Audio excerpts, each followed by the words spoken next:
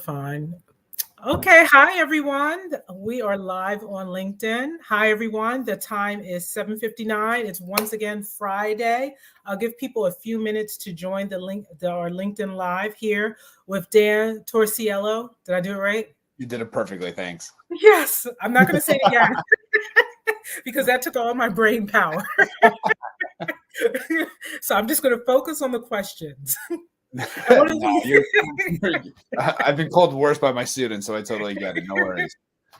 So it's now 8 o'clock. I'll give people a few minutes to join in. You won't see just so you know, Dan, you won't see the chat, but I'm going to Okay. monitor. Sometimes we'll get comments and I'll pop them on the screen. Sure, that sounds awesome. Thank you. So hello, everyone. I think many of you have come to some of my LinkedIn Lives. My name is Donnella Tillery. I'm a career coach. I'm a resume writer, do all this stuff. I'm connected on LinkedIn. And Dan did a great post. And I was like, I have to interview about his work. So Dan, thank you for coming in tonight for a few minutes. Oh, well, thanks for giving me the opportunity to kind of run my mouth for a few minutes. This is awesome. So Dan, tell us a little bit about, first, what do? You are a high school social studies teacher. Yep, I'm a high school history teacher. I teach world history and I teach African history as well. A course that I was lucky enough to start. Coach some sports, coach volleyball, girls basketball. So I do a little bit of everything at Central Regional High School down in Bayville. Great. Let me just switch back. Yeah. So one of the things that I found you on LinkedIn, I wanted to talk about your project that you've done and how you're working in Africa, and how did you actually start up a nonprofit? Because I thought that was really impressive. Oh, hi! We already got hi, Jermaine. We got another shout out. Jermaine's going to be my next my next guest. So awesome! Thanks for joining us. Hey. We appreciate the support. Man, it's awesome to see you. It's one of those things where it was very organic, if I can use that term. I went to the DRC last August to go see the mountain gorillas, and after being kind of inspired by the Virunga documentary that came out in 2014, and kind of put together some interest of mine that I already have, and then I got paired up with a tour guide named Christian Aganze through a travel writer I know who said, "Hey, you have a few days to kill. Why don't you spend some time with Christian? He'll show you around." And Christian is focused on socially conscious travel. And he said, well, we're here. Why don't we go and see some orphanages? He goes, you don't have to. No obligation. He goes, and if you do, he goes, once again, no obligation. I ask if you bring $100 donation. So I said, I'm all in. I would love to, meet the children and meet the people running these organizations and these orphanages. I kind of put it out to my friends and I said, hey, I'm going to bring $100. Can you throw in $10 each, $20 each, whatever you guys can spare? It turned into $1,400 US, which was awesome. We were able to bring 3,000 pounds of food. We went to 3 orphanages, not one. And as part of this tour, we went to a rural village called Mushaki. Excuse me. And what ended up happening was we went to Mushaki and we went to the school. And there's not much of a school. It's clapboard. It's a lean-to essentially. And the director, the headmaster of the school asked if I could help. And I said, no, I'm sorry, I can't. I hadn't allotted for it. I hadn't planned for it. I said, but I'm going to come back and we're going to do something. Mm-hmm. I'd been planning to come back anyway, but the doing something was not part of the plan. And so I got back and my amazing girlfriend, Jackie, who kind of co-founded this project with me and has been there every step of the way and then some.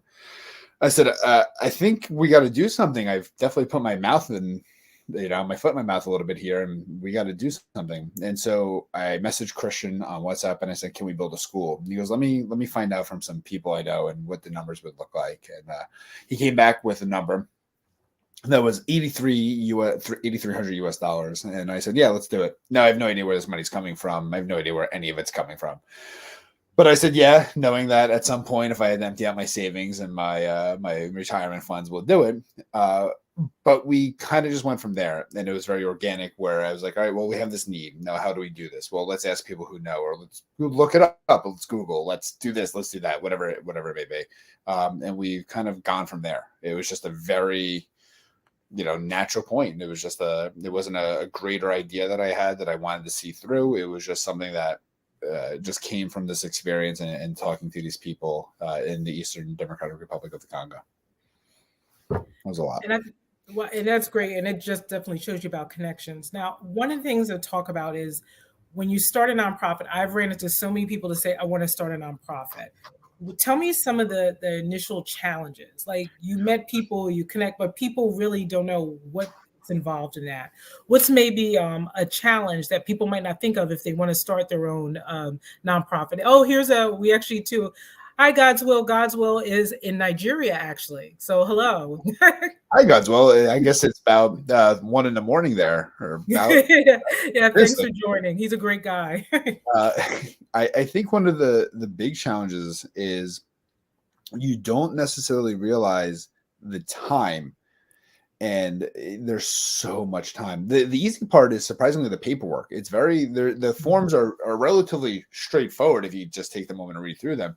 But when you start something, it's all yours, right? And when it means it's all yours, it's Jackie and I were the people raising funds. We're the people talking to our contacts in the DRC. We're the people posting on social media. It comes to us, and then your to-do list is always, it never ends. There's never a bottom that you can get to. That's probably the biggest challenge. I think the other big challenge too is you have to make sure that you're not overlapping too much, because then you get a little bit of pushback saying, well, I already do this, how are you different than that? And you have to find a niche. And where we're lucky, if that's the right word, where this part of the world is just completely underserved. It's been kind of written off, honestly. There's challenges in terms of violence, in terms of language barriers, culture barriers, and the point of entry in other English-speaking countries in Africa, like Ghana or Nigeria or South Africa. They're much lower, so those are, I think, the biggest challenges. And we've had Christian the whole way to kind of smooth those out, which that's a godsend. I don't know if the project is doable without someone like Christian in DRC who's willing to do groundwork for no compensation, for just he shares the passion. And I think that and tell me about how did you really know that you started really gaining traction? Like I know you went into a lot of detail, but people kind of get discouraged. They go, "Oh, I started this nonprofit," then they kind of taper off. They get that big momentum and then they stop. How did you go, okay, this is something that's really going to turn into that next level real nonprofit? If that's the right words. No, it's a real problem. And it's a problem that I self-made a little bit. Part of the way I did it is that I started the project in November, and November is the beginning of the high school basketball season, where my attention goes everywhere else. And so as we were sitting there and trying to get momentum, there wasn't much, because we were in our own way. I was in the way. And then when I came back to it in February, when I really could dedicate the time that I realized was necessary, I started sending out just cold emails to people, cold emails to the micromedia, macromedia, every media in between, posting on it. And all of a sudden, my inbox started coming back with, "Hey, this is really interesting. Would you be willing to talk a little bit more about it?" And I was like, well, and first of all, I was like, first of all, you care. That's interesting. Second of all, you want to spend a little bit of time. And I think the moment where I thought that maybe this has a little bit of legs on it was, there's in Southern Ocean County where I work, there is the Berkeley Times, which is part of a micromedia publication, and they ran a front page story. And that was like a big deal, because I was at 7-Eleven getting coffee literally across the street from my high school where I work, and there's me, which was a little creepy and surreal. And I was like, maybe this will work, because all of a sudden we started getting donors who weren't friends and family. There were people who, I text Jackie, like, "Hey, do you know whomever?" She goes, "No, I don't." And I go, "Well, neither do I." "Hey, does mom and dad know?" "No." "Okay, well then I guess this is someone who's read about it or viewed something." And that's when I said, maybe this has enough momentum to keep us going. And that you feed off of that, right? People are interested in what you're doing, so you want to reward their interest, and it perpetuates from there. And that's great. And also too, how do you stay motivated? So you're a high school teacher dealing with students at this pivotal point. You're laughing. You got the work-life balance. People always say, "Oh, what's the work-life balance?" You're someone, what does that really look like for you? For you and your girlfriend, you're working on this together. You got to keep a strong relationship. You both have to work, and then you have to stay with this nonprofit, if you don't mind sharing, because I think people need to hear that. That's a real concern, right? Because you can't approach anything if you're half into it, right? Or if you're going home and knowing that it's going to be burdensome on the relationship that you're in, right? And so I think we do it by, we spend a good amount of time on it, but sometimes we just put it down, and that's okay. There's nothing wrong. It doesn't mean you're less interested or you're less involved or less dedicated. Sometimes you just got to put something down and focus on yourself as an individual or as a couple, and that's okay. You can come right back to it. And in terms of staying motivated overall, one of the things I did was I shared it with my students. I probably bludgeoned them with it, quite honestly. And they said, well, how much are you at? And so one day during class, I just wrote what our goal was and where we stood. And every time we got a donation, we updated it. And the kids got really into it, and they donated. I had a student give me $50 from her babysitting money. And when see these 14-year-old kids, 15-year-old kids do that, and give $50, which is such a huge amount of money when you're 15 years old. It's a big amount of money when you're 34 years old. And you see them help kids whom they will never meet because they just feel the need to. They understand the want to.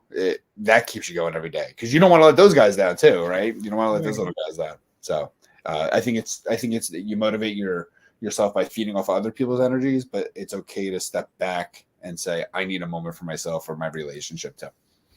Right. So have you traveled all over Africa, or what are different parts? Can you tell us about the region a little bit? I think that's interesting. Sure. I've been to pretty much anything that would qualify as a region of Africa, from the DRC to Egypt to Guinea, Cote d'Ivoire. I mean, I've been to quite a few African nations for various amounts of time and reasons. The Eastern DRC has been in the news quite frequently over the past month, unfortunately. There's some hostilities that are based in the old Rwandan genocide of '94 that have really flared up. In fact, a Congolese soldier stormed over the border checkpoint in Goma, where I've been to, and started shooting Rwandan soldiers. So that's been a challenge. That's been a big challenge for us with the violence there. 120 active rebel groups in the region. One of the poorest nations in the world. The average worker makes $666 in a nation that is estimated at $14 trillion worth of mineral resources underneath its ground. Second largest African nation by size, after only Algeria. So it's a big, complex place, and the Eastern Congo is probably the middle of the cauldron, right? It's where all these things are happening, whether it be violence or ethnic tensions, and it's one of the big mineral regions as well. So that is the region where I've kind of chosen to work in. How often do you travel there? Like, if someone we have God's Will, I have people connections there, and they wanted to reach out or connect with the school, how would that work? So, right now my schedule allows for me to head over there once a year, which will probably be a fairly consistent once a year. I've been to Africa annually for the past 6 years, different regions for different motivations. It's not a region you just go to. There's not a lot of tourist infrastructure.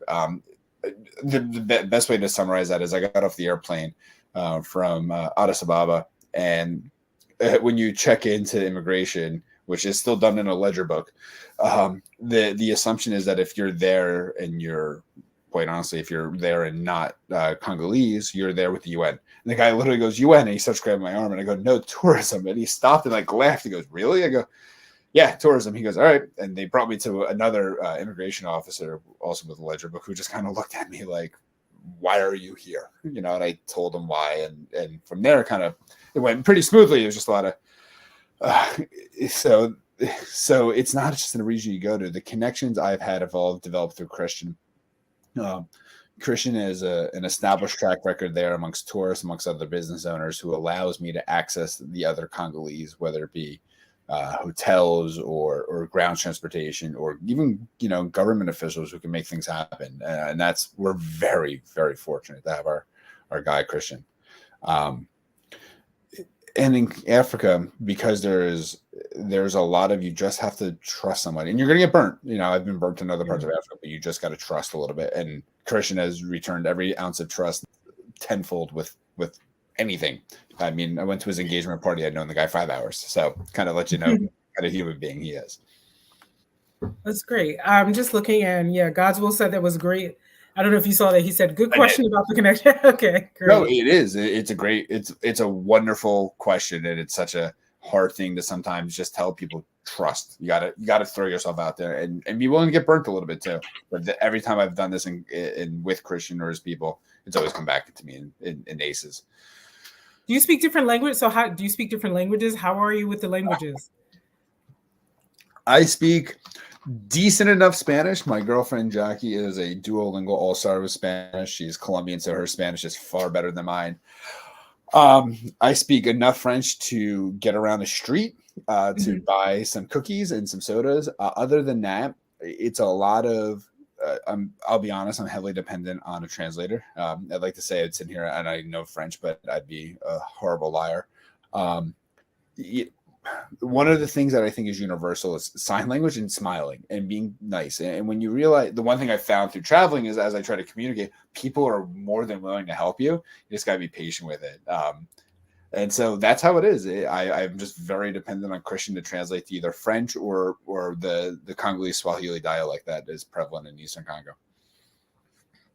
Okay, we're going to close out. This was very informative. So I got to close out with my fun questions, which you already know. Yeah, absolutely. So tell me about a favorite book that you've read or a book you can recommend to our LinkedIn Live guests. So it's an old book, and I'm sorry that there's nothing innovative about it, but my favorite book, my favorite author is Hemingway, and The Old Man and the Sea. The story of, as a kid, I read it. My mom, I stopped at their house because I just wrapped up graduation.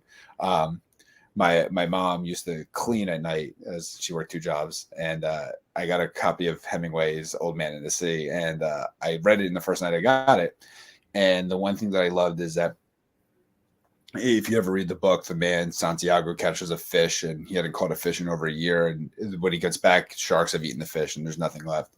And he didn't need anyone else's gratification. It was self-satisfied. He was self-satisfied, and I love that idea that you don't need anyone else's gratification or acknowledgement. As long as you know what you're capable of and who you are, that's what matters most. Oh, hey, there's Jackie. There's the far better half of this project. Jackie, I said that you should have been on the call. I know, I dropped the ball. And she's used to that by now. I feel like she's the most patient human being on the planet.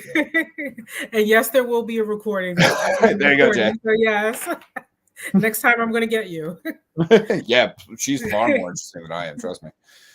So tell me, tell a guilty pleasure, something that you like to watch. You just want to unwind from it all. Something, it could be no judgments here. Yep. I just always tell people keep it clean because it's LinkedIn Live. There is a show called What We Do in the Shadows that Jackie made me watch, and I the vampires. Yes. So I find myself laughing, and I was like, all right, this is stupid. And then by episode 3, I'm dying laughing because it's just funny. It's sometimes very. It's just funny and witty, and it's just a wonderful show. I think it's great. You have to watch the Australian couple, the 2 guys. They used to be on HBO, the Flying Conchords. Flying Conchords, yeah, Flight of the Conchords. I love that. I love them. God.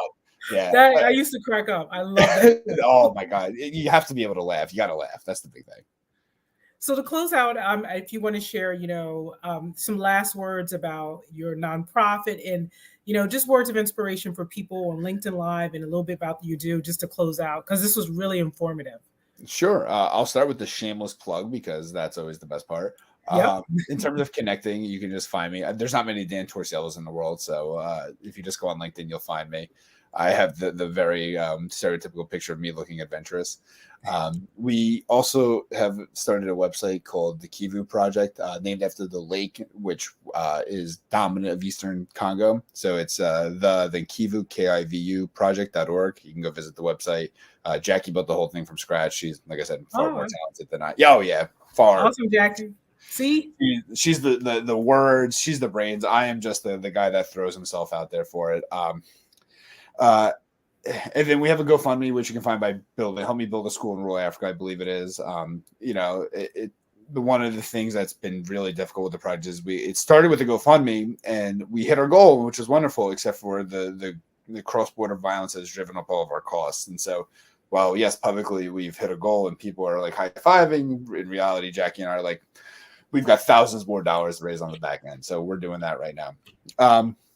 In terms of motivation, in terms of how do you do this, you just got to do it. I know that's so lame and so hard, but you have to throw yourself into something and just find out. And you're going to lose at times, and you're going to take, bumps along the way. You're going to take bruises along the way. Things aren't going to go the way. You're going to find yourself in situations you're not entirely comfortable with, and then you know that you're doing it right because you're going to be outside of yourself. And if you're starting something new and you're identifying the fact that you're outside of yourself, then it's new and it's correct.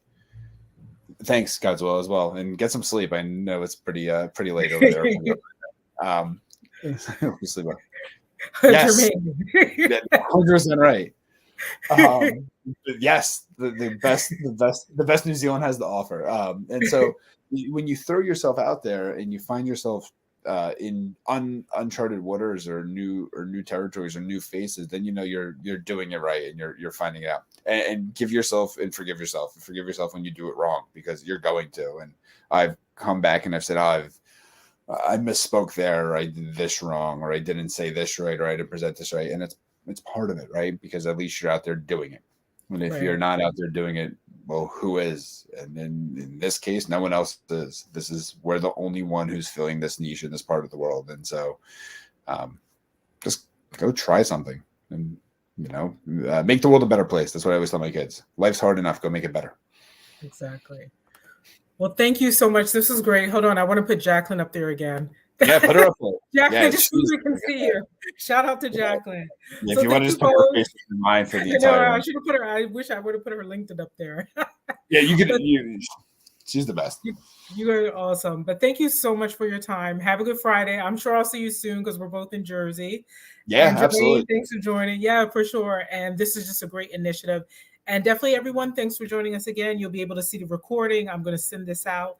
And have a great weekend, both of you. Jacqueline, as well, you too. I hope to meet you soon. Thanks, guys. Thank you so much for having us. Thanks. Have a good night. Thanks, everyone. Bye-bye.